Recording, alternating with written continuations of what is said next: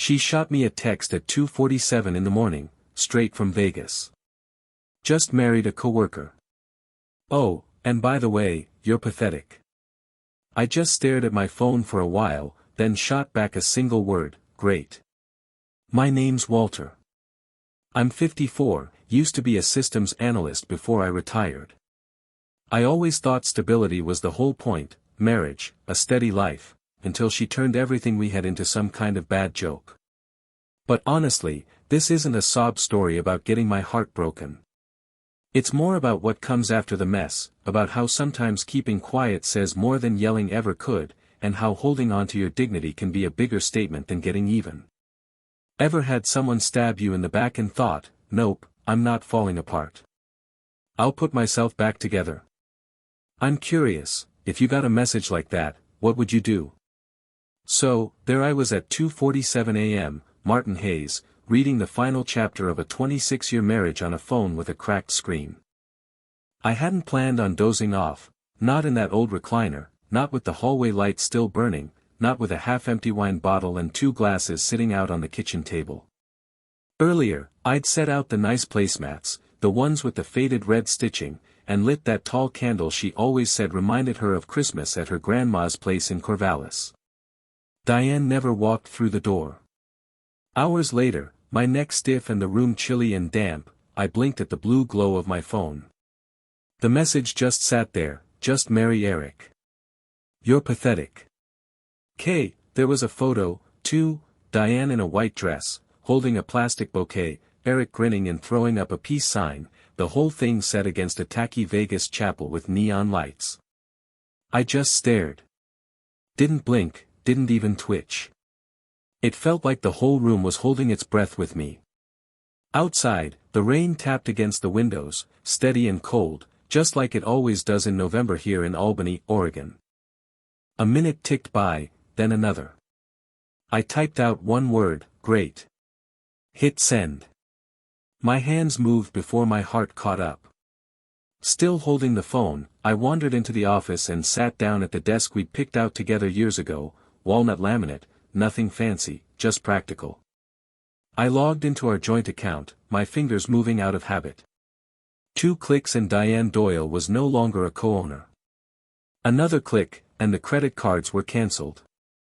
She wouldn't realize for a few hours. By then, I'd already have changed the garage code and locked her out of the storage unit. I wasn't mad, not really, just getting things done. Back in the living room, I opened the drawer under the TV, the one stuffed with paper warranties, tax envelopes, and a manila folder marked, legal. Inside was our marriage license, creased and a little yellow around the edges. I took it over to the fireplace and set it on the metal grate. The matchbook was from our 25th anniversary dinner at that spot on 7th, the name still made me laugh. I struck a match, touched it to the corner of the license, and turned away before the flames really got going. In the kitchen, the coffee maker sputtered to life. I poured 2 mugs. I kept one for myself and set the other down gently on the far side of the counter, then just left it there. The house didn't echo. It never did. Diane always liked thick, woven rugs, said they made the place feel homey, though I always figured it was just her way of muffling our arguments. The fridge hummed quietly. Somewhere, the porch light flickered again, something I'd been meaning to fix for weeks. Earlier, Nancy had called and left a voicemail, she's slipping away, Walt. You can feel it, right? You're too calm. That's what scares me. She wasn't wrong. I took a sip of my coffee, black, already going cold. I walked past the dining table, past the framed photos, us hiking in the Cascades, that cruise to Alaska, Diane in sunglasses next to a glacier. All of it felt like it belonged to someone else, like I was looking at a stranger's life, a stranger's wife, a stranger's smile. That I sat down at the little desk in the kitchen and pulled up my email. Right there at the top was a flight confirmation, round trip from Eugene to Vegas, booked a couple of weeks back. I'd meant it as a surprise for her. She'd told me not to bother coming out, said it was a work retreat, not really something for spouses. I took her at her word. In the corner of my laptop screen, the digital clock blinked 3:09 a.m. I let out a long breath, opened the drawer next to the coffee filters, and grabbed a small yellow post-it. With a steady hand, I wrote, "Don't chase the storm, reinforce the house." I stuck it right on the fridge, a little reminder to myself. Before heading upstairs, I set my phone alarm for 7:58 a.m. I paused halfway up the stairs, glancing back from the landing. From there, I could still see that second coffee mug. The lemon-scented candle next to it flickered once, then settled down. The house wasn't broken, just quiet, kind of like me. 2 cops, an angry bride, and a guy who'd already said his goodbyes. At exactly 8:01 a.m., the doorbell rang. I was already standing in the foyer, coffee mug in hand, shirt tucked in. The house behind me was spotless, silent, almost like a model home. Every counter wiped down, every bulb working. The rain had let up about an hour earlier, but the morning air still felt damp. Outside, it smelled like wet leaves and earth, the kind of scent that seeps into your clothes, the kind that feels more like October than November. I opened the door. Diane was standing there on the front step, her white dress wrinkled from either sleeping in it or traveling, I couldn't really tell. Her hair was a mess. She didn't look like a happy newlywed, her face was tight with anger, like she was wearing a mask that was about to crack. Behind her were 2 police officers. The older one, Officer Ramirez, had a nameplate and a calm, tired look. The younger one, Hayes, looked like he'd just graduated from the academy, shifting from foot to foot. And a little behind them, off to the side, was Eric. I didn't bother looking at him. Diane's voice sliced through the morning air. "You locked me out of my own house, Walter." I didn't even blink. "No," I said, keeping my voice calm, "I just took away your access to a house you decided to leave." Officer Marquez cleared his throat. "Sir, we're just here to help mediate. Mind if we come in?" I stepped aside. "Go ahead." The officers kept their boots on. Diane didn't wait for anyone's permission, she marched right in, her heels pounding on the oak floors she'd once insisted we refinish together. Eric trailed behind, moving slow, eyes glued to his phone, thumbs fidgeting. Hayes took a look around the hallway while Marquez kept his attention on Diane. "She says she lives here, that this all caught her off guard," Marquez said. I nodded. It wasn't a surprise, just something she never wanted to admit. I handed over a folder, deed to the house, utility bills, a printed screenshot of her 2:47 a.m. text. "Everything's in my name, and has been for 26 years. Diane snatched the papers from my hand. "This is abuse," she hissed. "You're just trying to embarrass me." I looked at her, really took her in. She had a new ring on her finger, silver with a twist of rose gold. Her old wedding band was gone. She'd worn that ring every day, even when things between us had cooled off. Now it was just missing, no explanation. "Diane," I said softly, "you married someone else yesterday." I just acted accordingly. "You're so predictable," she shot back. "That's always been your problem." I almost laughed. She'd said the same thing once during a fight about Thanksgiving plans. Back then, I'd thought it was a compliment. Marquez nodded toward the garage. "She says you moved her stuff." I led them outside. The garage door was halfway up, light spilling onto the concrete. Boxes were stacked neatly along the back wall, each one labeled, winter coats, jewelry, shoes, work files. Nothing tossed, nothing broken. Eric shuffled over to stand next to Diane, still glued to his phone. "Wow, he actually packed up all your stuff," he muttered, not looking up. "Didn't you say he'd be begging you to stay?" Diane spun on him, her voice sharp. "Not now, Eric. Just don't." Officer Miller took a step back, hands on his belt. "This is a civil issue. There's no sign of a break-in, no violence. If you want to argue about it, you'll have to take it to court." Diane's cheeks flushed. "He changed the locks on me. I kept my voice even. Right after your text, Diane. The timestamp's right there. Eric finally looked up, meeting my eyes for the first time. You had a flight booked, didn't you? I nodded, my face giving nothing away. 2 weeks ago. Diane's hand shook a little. This isn't right.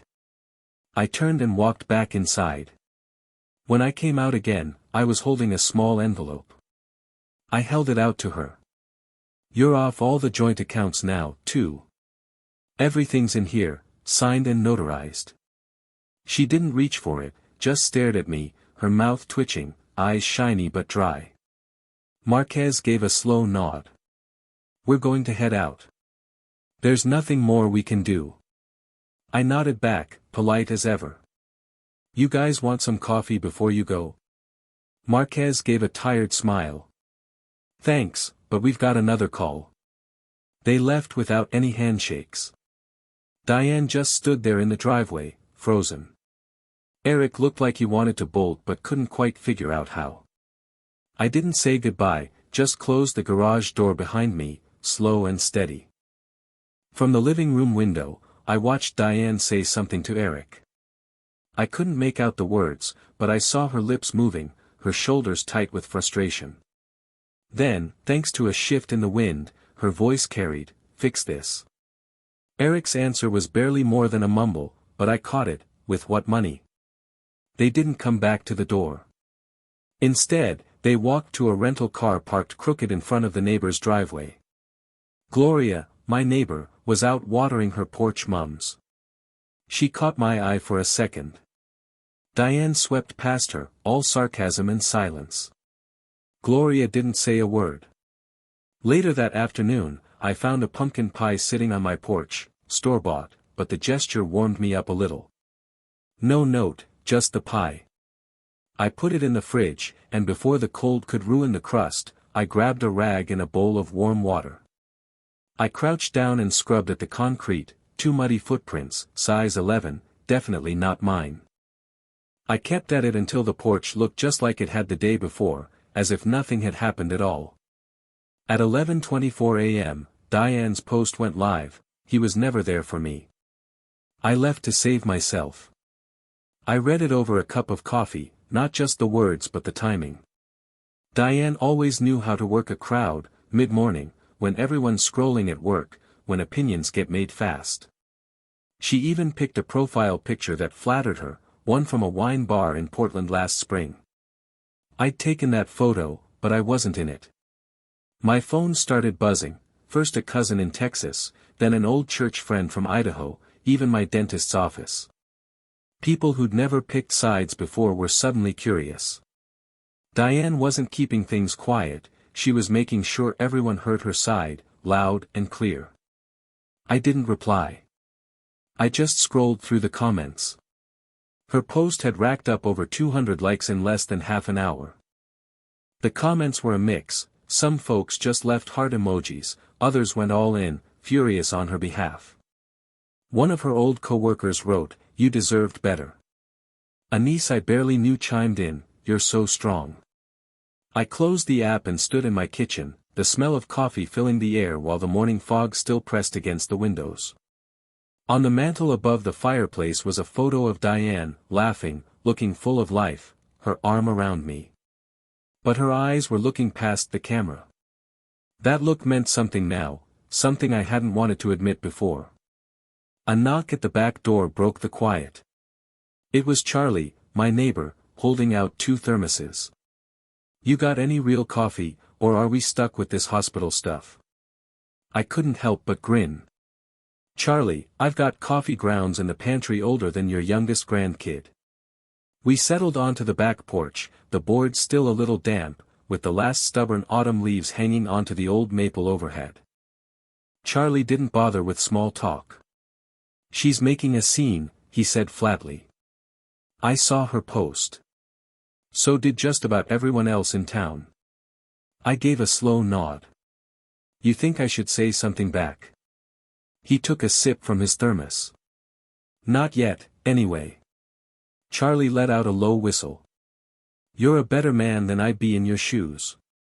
We sat there for a while, not saying much.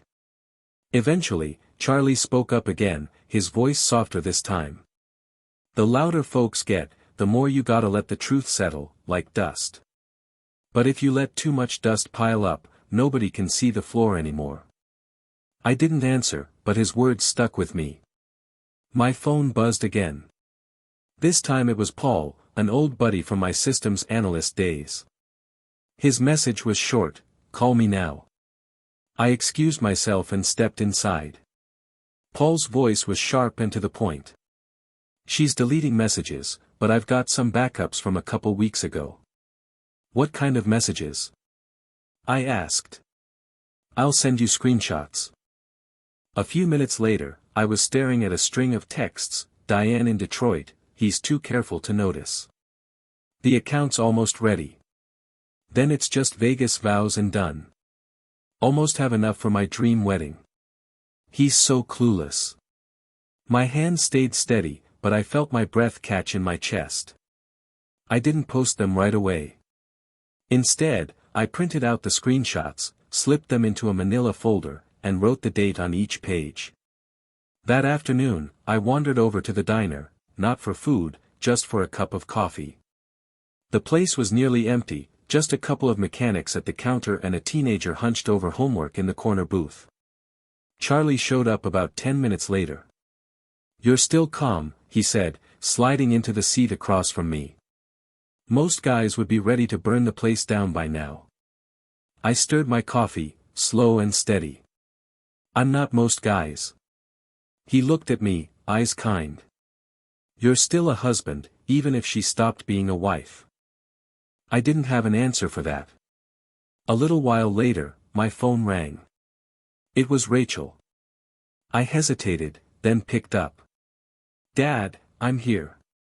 Her voice was careful, a little distant. "Did you really make her feel invisible?" I let out a breath. "Is that what she told you?" "Not in so many words, but that's what everyone's saying. That she left because you never really saw her, that you made her feel small." My throat tightened. I don't know how to answer that. Rachel was quiet for a moment. "I'm not picking sides. I just needed to hear it from you." I looked out the diner window. The fog had finally lifted, and people were walking by outside, completely unaware that my world was coming apart. "She used to tell me," I said slowly, "that silence was a kind of comfort. That not having to say everything out loud was its own kind of love." "Maybe it was," Rachel whispered. "But maybe she wanted to be heard sometimes, too." The line went quiet. That night, I sat at my desk and opened up Facebook, not to scroll, not to argue, just to post. No caption, no explanation, just a screenshot. "Diane, almost have enough for my dream wedding. He's so clueless." I closed the laptop. Half an hour later, things started to shift. The comments on Diane's post slowed down, then started to disappear. Some of her loudest supporters went quiet. I didn't gloat, didn't keep hitting refresh. I just got up, went to the living room, and lit the fireplace. My phone buzzed again. It was Rachel. I picked up. "I didn't know, Dad," she said, her voice breaking. "I'm so sorry." Diane showed up in white lace and pearls for a hearing where her own vows had already run out. Frost still clung to the courthouse steps, and every breath turned to mist as I walked up, my navy jacket buttoned, collar crisp from the iron. I didn't look over at the little crowd by the entrance. I didn't have to. I could feel her there, sharp, practiced, and somehow louder in her silence than she'd ever been with words. Inside, the courtroom buzzed with a kind of tense warmth and the low hum of whispered conversations. Laminated wood benches hugged the walls, and the overhead lights cast a soft yellow glow that made the place feel older and smaller than it probably was. Judge Mason was already up at the bench, shuffling through her stack of papers with a kind of brisk, no-nonsense energy, her glasses balanced right at the end of her nose. I sat by myself at one of the tables, no tie, no stack of notes, just sitting there, ready for whatever came next. Across the aisle, Diane settled into her seat, her lace sleeves pulled tight, pearls glinting every time she moved. Her mom was on her left, lips pressed into a thin line, and her sister sat next to her, jaw clenched. Eric was nowhere to be seen. Rachel slipped in just before the clerk closed the doors. She didn't look for me or her mom. She picked a spot near the back, kept her coat on, arms crossed. Her eyes didn't wander, they just watched. Diane's lawyer was the first to stand, his voice smooth and just a little dramatic. He talked about coercion, about emotional distance, about years of neglect that wore the mask of stability. My client, he said, gesturing toward Diane, was made to feel small, managed, left to wither in a house where conversation went to die. Judge Mason didn't even flinch. And what proof do you have of this? He straightened his tie. Her statements, emotional testimony, and witnesses who can speak to her state of mind. My lawyer stood up, calm as ever, not even shuffling his papers. Your Honor, we have digital records covering the last 14 months. He nodded to Paul, who was sitting in the gallery, and Paul tapped his tablet, sending the files over. We're also submitting financial records, access logs, and a series of messages that show clear premeditation. Diane shifted in her seat, her pearls catching the light again. Judge Mason scrolled through the first screen, then read out loud, "Can't wait to see his stupid face when he realizes I took him for everything." The words hung in the air, sharp and heavy, then seemed to settle on everyone in the room. Diane's mom sucked in a breath. Her sister's mouth fell open in shock. Rachel lowered her head. Suddenly, Diane shot to her feet. "That's out of context," she blurted. Judge Mason's gavel came down, sharp and final. "Miss Doyle, please sit down." The silence that followed wasn't awkward, it was the kind that comes after something you can't take back. Things moved quickly after that. My lawyer laid out the timeline for how we'd separated our assets. He didn't get nasty, just stuck to the facts. His calmness cut right through the story Diane's side had tried to spin. Judge Mason called for a short break. When we came back, her decision was quick: Diane would keep her car and whatever she could fit in a single suitcase. No alimony, no shared property, nothing else. I kept the house, my retirement, and my name. Diane stared straight ahead as the judge signed the papers. Her hands were still, and her dress, lace and pearls, suddenly looked out of place in a room built for endings, not new beginnings. Rachel stood up before her mom could say anything. She didn't go to either of us, she just walked out on her own. Diane stayed behind after the judge left. Her mother leaned in and whispered something only she could hear. Her sister got up slowly, then took Diane's arm as they made their way outside. I didn't follow.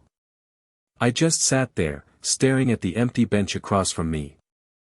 I blinked, slow and heavy, then finally stood up.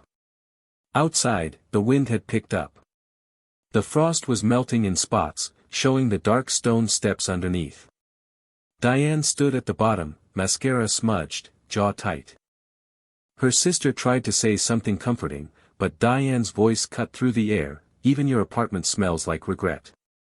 Walter didn't slow down, didn't glance over his shoulder.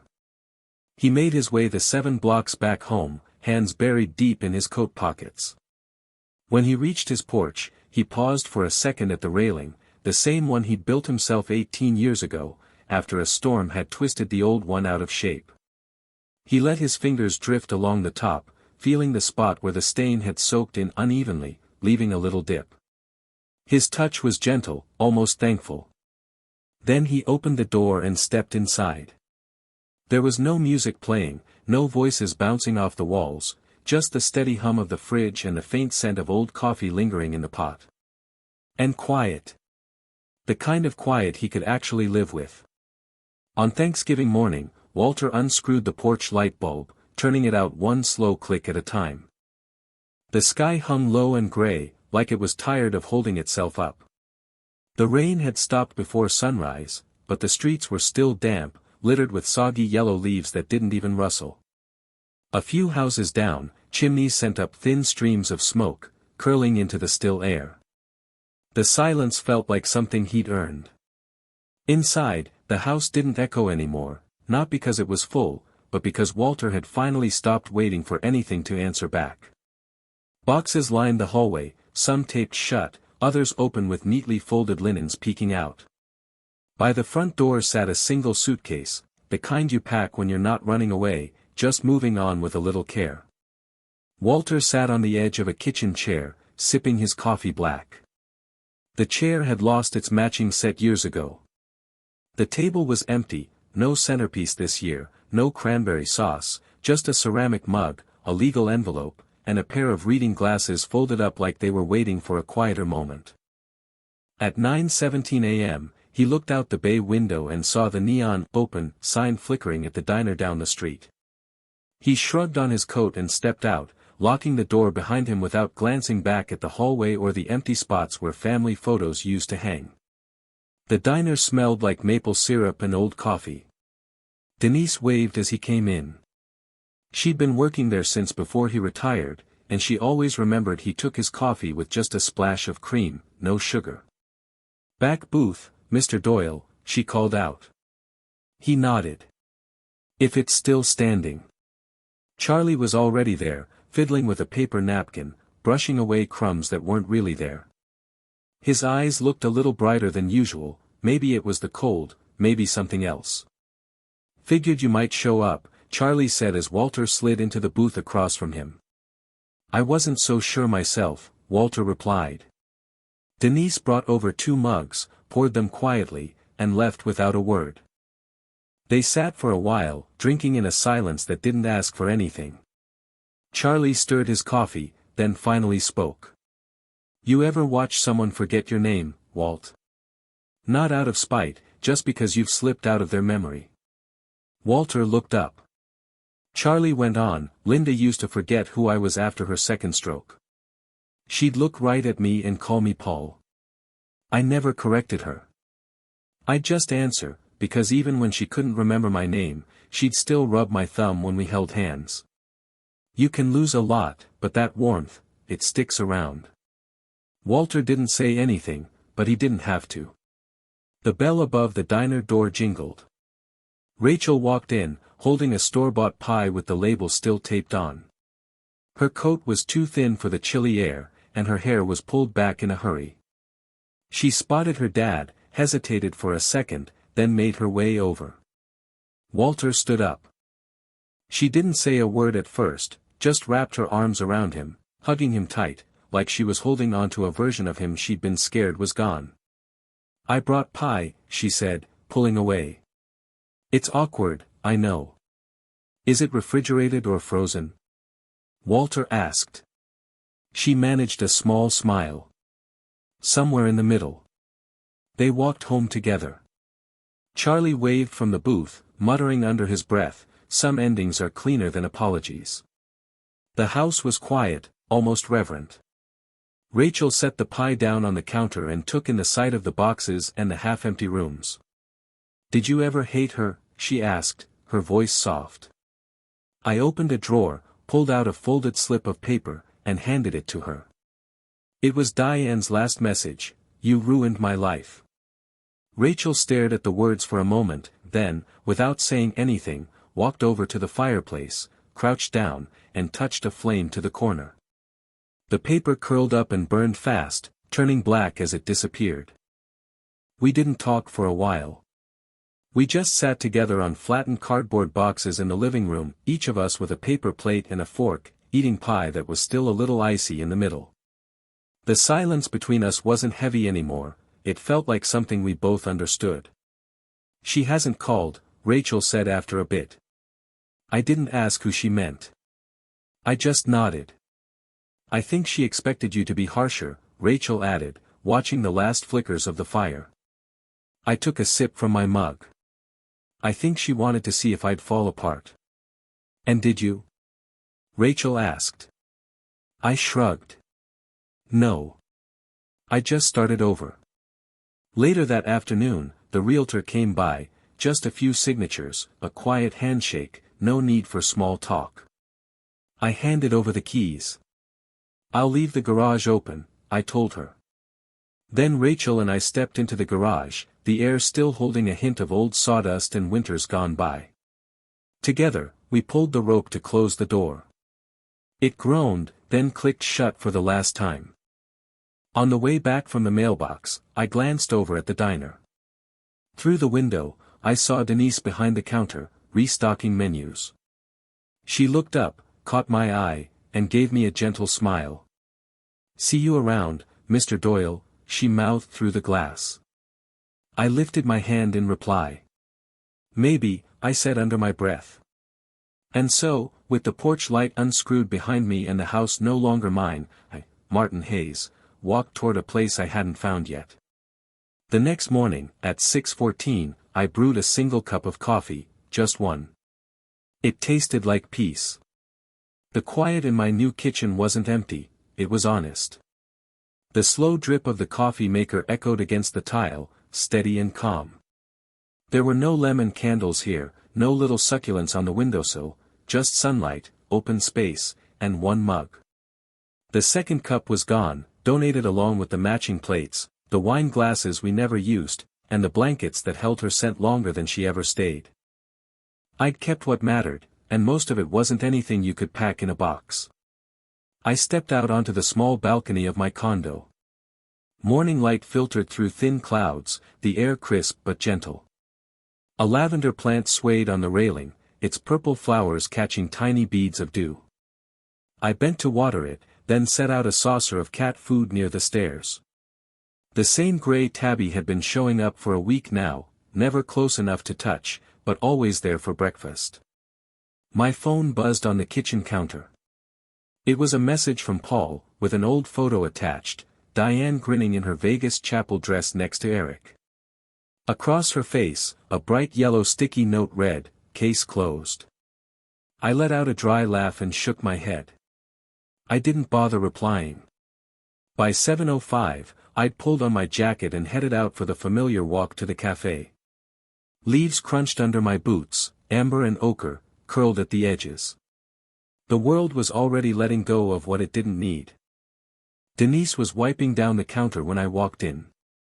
The place smelled like cinnamon, fresh scones, and something roasted that reminded me of holidays I didn't celebrate the same way anymore. "Morning, Mr. Doyle," Denise greeted me with her usual crooked grin. "I almost texted you to bring the sunshine, but looks like you beat me to it." I gave her a nod and stepped up to the counter. "Just black coffee, and whatever pastry came out of the oven first." She grinned. "Hazelnut croissants, still warm." "You lucked out." She poured my coffee and handed it over with that easy kindness she always had, never too much, never forced, just genuine. Sinatra was playing low in the background, filling the space between the clatter of dishes and the soft hum of conversation. We chatted for a few minutes, about books, the weather, how the church choir across the street had already started rehearsing Christmas carols. Denise poked fun at me for still working my way through a poetry book I'd been reading for weeks. Back at home, I tossed my coat over the back of a chair. I finished the last of my coffee while dusting off an old photo frame, Rachel at 6, missing her front teeth, laughing in a paper crown.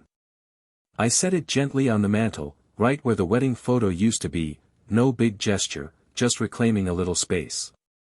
At my desk, I opened up a blank document and started typing, what stayed? Lavender, black coffee, Rachel's laugh, my habit of fussing with the porch light, the sound of rain. I paused, fingers hovering over the keys. What left? The cursor blinked at me, like it was waiting for an answer. I closed the file and deleted it. No point in keeping score anymore. Around noon, I took a walk around the block, gave a wave to a neighbor I'd seen 3 times this week but never spoken to. This time, he waved back. I nodded. That was enough. When I got home, I made myself lunch, grilled cheese and tomato soup, simple and warm, just like my mom used to make when I'd fake being sick to skip spelling tests. The day drifted by, slow and easy, no interruptions, no pressure, just time to breathe. As the sun started to dip behind the rooftops, I stepped out onto the balcony again. The lavender glowed gold in the fading light. The cat didn't show up that evening, but I left the saucer out anyway. I settled into the armchair by the window, one leg crossed over the other, coffee in hand. No TV, no podcast, just the sound of my own steady breathing, calm and content. I glanced at the clock, 6:14 p.m. 12 hours since I'd woken up, and I realized I hadn't thought about her once. My phone buzzed. I let it sit for a minute before checking. Denise had sent a message, movie night at the cafe Friday. You in? I looked at the screen and smiled, not a big, showy grin, just a quiet, easy smile that felt right. I locked my phone and set it aside, not ready to answer yet, just wanting to enjoy the moment. The morning had been peaceful, the kind that doesn't ask for anything but gives you everything you need. One cup of coffee, brewed without any old routine, tasted less like habit and more like real peace. In the end, I didn't win by proving anyone wrong. I won by holding on to who I am, refusing to lose myself in the noise of someone else's storm. What happened didn't define me, it just pointed me toward the door I needed to walk through. Sometimes, the strongest answers aren't loud, they're found in a gentle smile and the decision to move forward without looking back.